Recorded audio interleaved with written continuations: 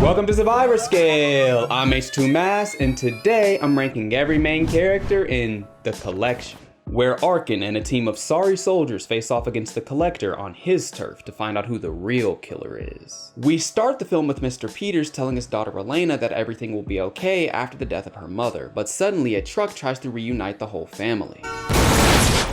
Damn. No way Elena survived that without losing her hearing.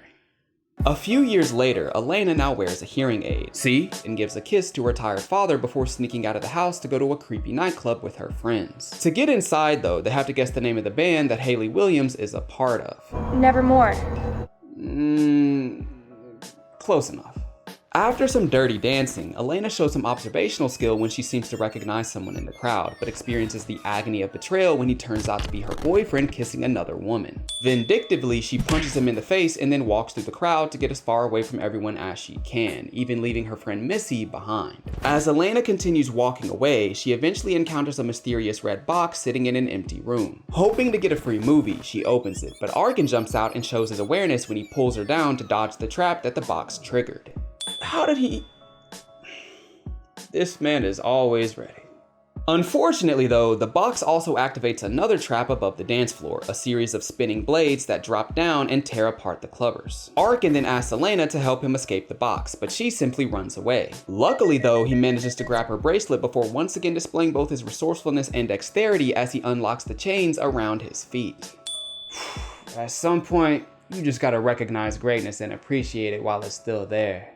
The Collector then finishes off the remaining clubbers by trapping them in a small room and squashing them under a motorized gate, just in time for Elena to see her friend get turned into tomato paste. As the Collector turns his attention towards Elena, she runs away and ends up finding Arkin tearing down some planks from a window. Approaching with some clumsiness, Elena falls over some dead bodies, but Arkin once again reveals his selflessness as he stops to help her. Unfortunately though, the Collector grabs Elena from behind, so Arkin reveals the limits of his selflessness and leaves her, escaping the building by grabbing one of the corpses and jumping out of the window, using the body to break his fall.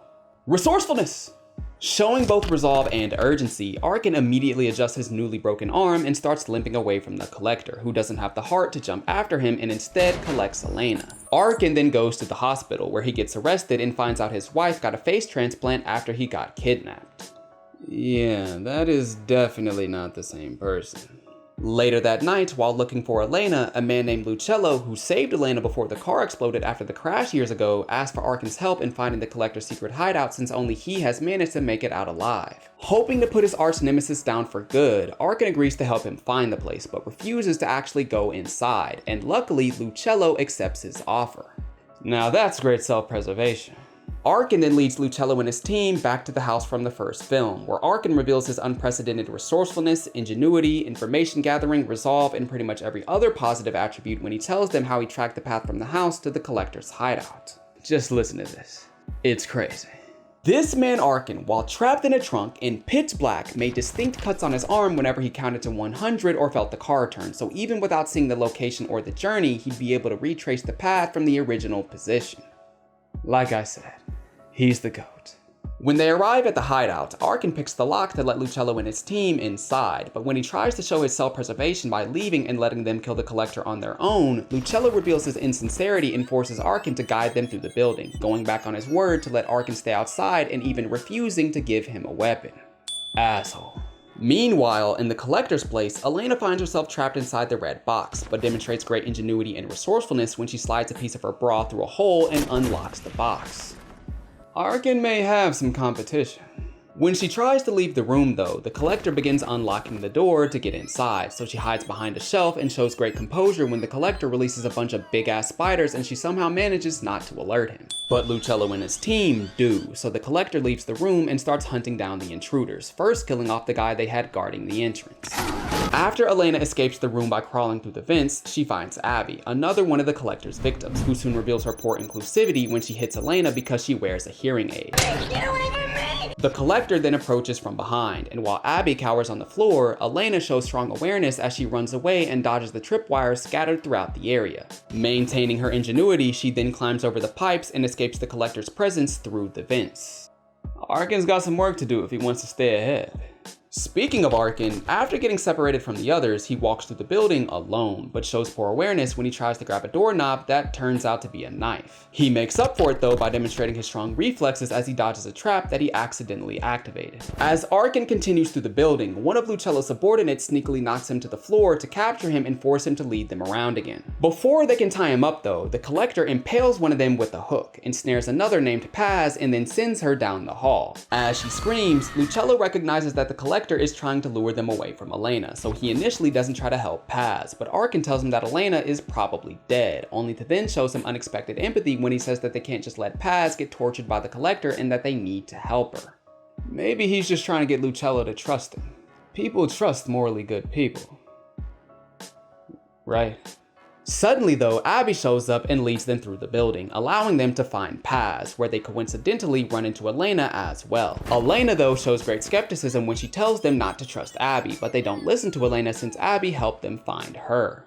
They're gonna regret that. Having helped Lucello complete the most important part of the mission, Arkin tries to cash in his points for a new weapon, telling Lucello the same thing a doctor says when you ask them how they check for hemorrhoids after you've had rectal bleeding for the past few years. It's time for you to trust me.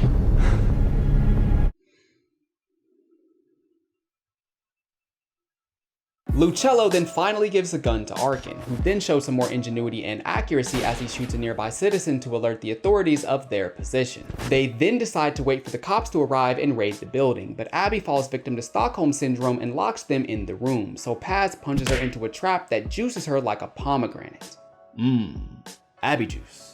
The Collector then bursts in with his dogs and shoots at them, but Arkin blocks one of the canines with his cast, using its body to avoid the gunfire until the Collector runs out of ammo. The Collector then grabs Elena and leaves the room, but as Arkin and Paz try to chase after her, they realize that Lucello has been caught in a trap that will kill him if he moves. Keeping his composure, Lucello stays very still and tells them to find Elena. Go! Well, maybe not all of his composure.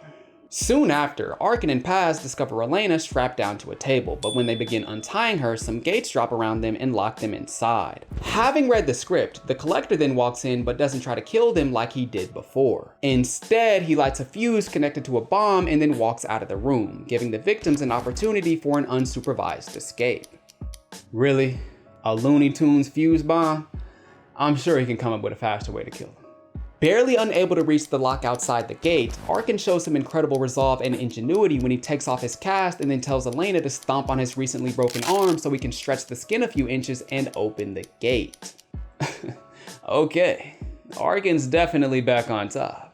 After escaping the cell and avoiding the explosion, the group approaches the exit, but just before reaching it, the Collector kills Paz and then throws around Elena like a WWE wrestler. As the Collector goes to kill Arkin though, Lucello returns, having escaped the trap by using a dead dog's body in place of his.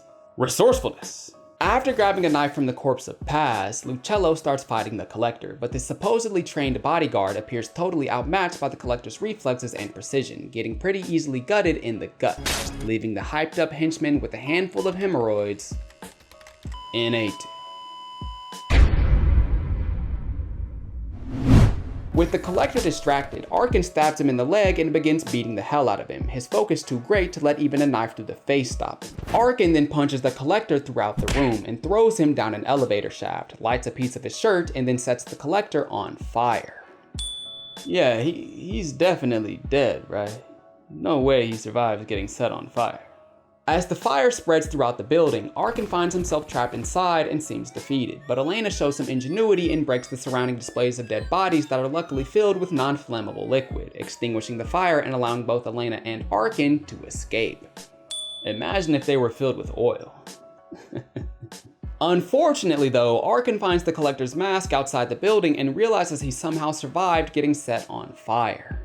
Of course. Sometime later, we see the Collector walking around a regular house until he sees a red box in front of him now. Arkin then appears behind him, having utilized his research ability to find all the licensed entomologists nearby, pinpointing the Collector with the memory of his face. Unfortunately though, Arkin doesn't do the smart thing and just kill him, but instead gives in to his vindictiveness and decides to torture him first, pushing him in the red box and slamming him inside just like the Collector did to him in the first film. Damn, time to rank. First off, we have Elena, who at first seems unimpressive, but upon a closer look, her attributes stand far above most competitors. She demonstrated great ingenuity, composure, and awareness, managing to solve difficult problems with few resources, keeping her presence hidden while covered in spiders, and recognizing tripwires kept largely out of view. She may not have shown the requisite melee skills to place her alongside the best of the best, but her resume does just enough to place the dependable daughter with dazzling data in S tier.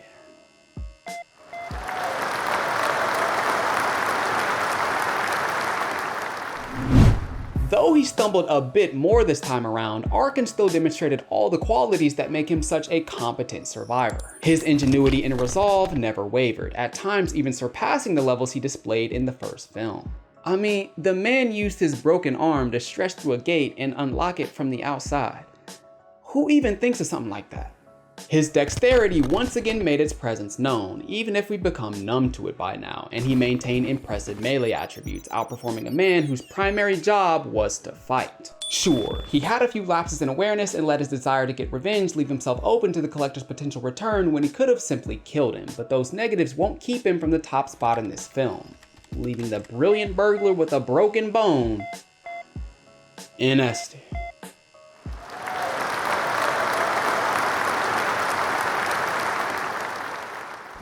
But that's it. The average ranking for this cast was A tier.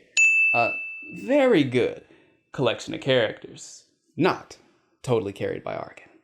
While not a great or probably even good movie, the collection still has one of the most underappreciated villains in the genre, and sometimes that's all you need.